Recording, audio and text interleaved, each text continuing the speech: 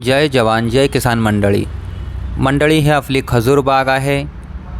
8 जून 2025ची आपली ही लागवड आहे आणि आपण गुजरातहून या रोपांची ऑर्डर केली होती।